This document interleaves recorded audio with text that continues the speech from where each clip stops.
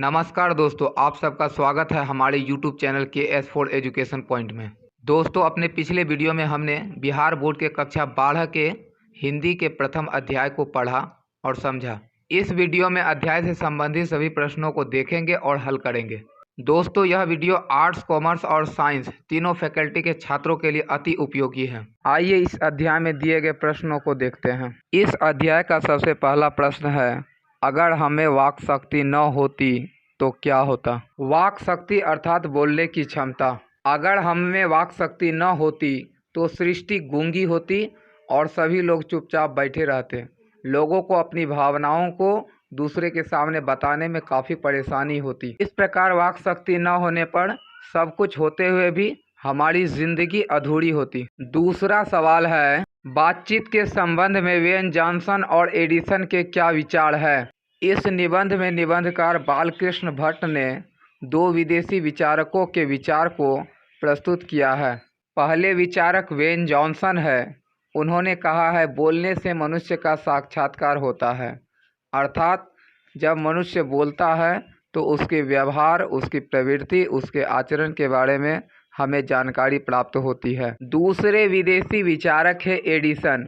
Edison महोदय का कहना है, बातें सिर्फ दो व्यक्तियों के बीच हो सकती है, अर्थात जब दो आदमी होते हैं तो ही वे एक दूसरे के सामने अपना दिल खोल सकते हैं, और जब दो आदमी होते हैं तो बातें फैलने का डर होता है।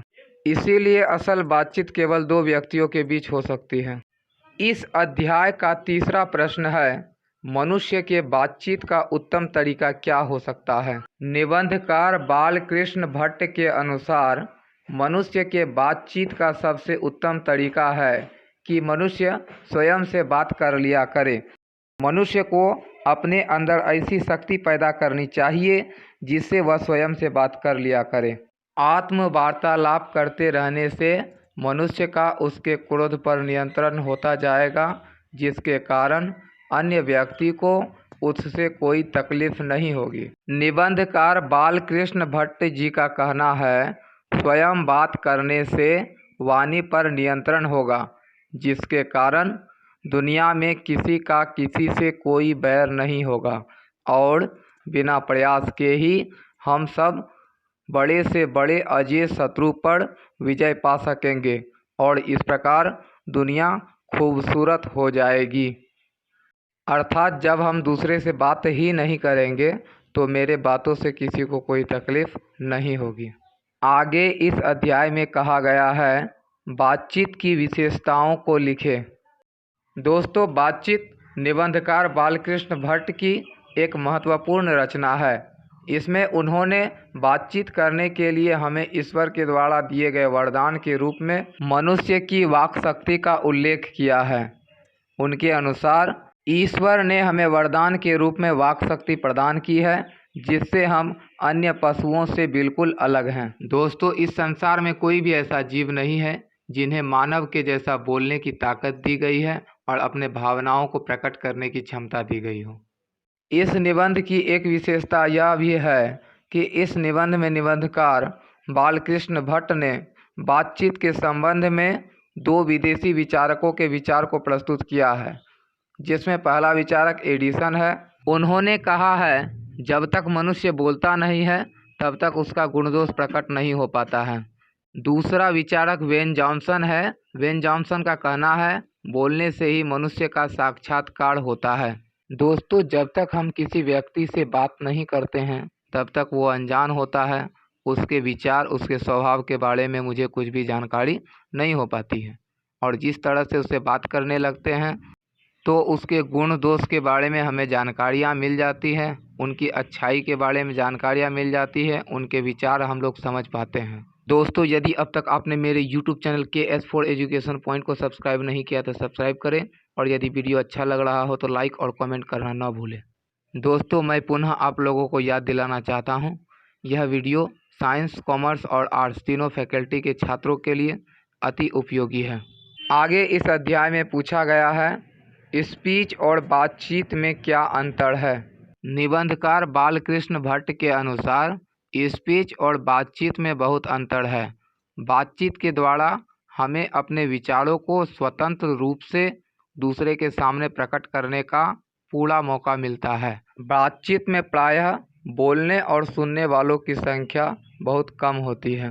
बातचीत करके लोगों को काफ़ी सुख मिलता है और बातचीत करने का प्रायः कोई विशेष उद्देश्य नहीं होता है, लेकिन स्पीच में बोलने वाले एक होते हैं और सुनने वाले बहुत सारे होते हैं। साथ ही स्पीच एक निश्चित उद्देश्य को लेकर दी जाती है, जिसमें बोलने वाले सुनने वाले के ऊपर धाक या प्रभाव जमाना चाहते हैं। इस प्रकार बातचीत और स्पीच एक दूसरे से बिल्कुल ही अलग है। दोस्तों, इस अध्याय का छठा सवाल है, आर्ट ऑफ कन्वर्सेशन से आप क्या समझते हैं? इस सवाल का जवाब हम सवाल से ही देख सकते हैं। आर्ट अर्थात कला, कन्वर्सेशन अर्थात बातचीत अर्थात बात करने की कला को आर्ट ऑफ कन्वर्सेशन कहते हैं। यूरोप के देशों में बात करने की एक हुनर होती है जिसे गोष्ठी या आर्ट ऑफ कन्वर्सेशन कहते हैं। इसमें चतुराई से ऐसी बातें बोली जाती है जिसको सुनकर कान को एक विशेष प्रकार का सुख मिलता है। सातवां सवाल है, राम रमव्वल का क्या अर्थ होता है? दोस्तों, राम रमव्वल का शाब्दिक अर्थ हंसी मजाक वाली बातें होती है। जब 4 या अधिक व्यक्ति समूह में एक साथ बैठकर ठहाके लगाते हुए बातचीत करते हैं और आपस में मनोरंजन करते हैं तो इसे राम रमव्वल कहते हैं। इस अध्याय का 8वां और अंतिम सवाल है, बातचीत से हमें क्या मिलती है? दोस्तों, इस वीडियो में बताए जा रहे प्रश्न और उत्तरों को समझने में आपको किसी तरह का परेशानी हो तो आप इस अध्याय से जुड़े हुए मेरे पहले वीडियो देखें तथा इस अध्याय के पूर्ण सारांश को अच्छे से समझें। मैंने इस विषय के पहले वीडियो में अध्याय का संपूर्ण सारांश बताया है और उन्हें अच्छी तरीके से समझाया है। उस वीडियो को देख लेने के बाद आप लोगों को प्रश्न और उत्तर समझने में किसी भी तरह की कोई परेशानी नहीं होगी। आइए चलते हैं इस प्रश्न के उत्तर की ओर। दोस्तों, बातचीत करने से मन तथा शरीर का थकान दूर हो जाता है। बात के माध्यम से मन की चिंता व हृदय में स्थित मवाद भाप बनकर बाहर निकलती है, जिससे मन हल्का हो जाता है और व्यक्ति सुकून का अनुभव करता है। आज के लिए इतना ही। अगले वीडियो में मैं इस अध्याय से जुड़े वस्तुनिष्ठ प्रश्नों को लेकर के आपके बीच उपस्थित होऊंगा। तब तक के लिए बहुत बहुत धन्यवाद।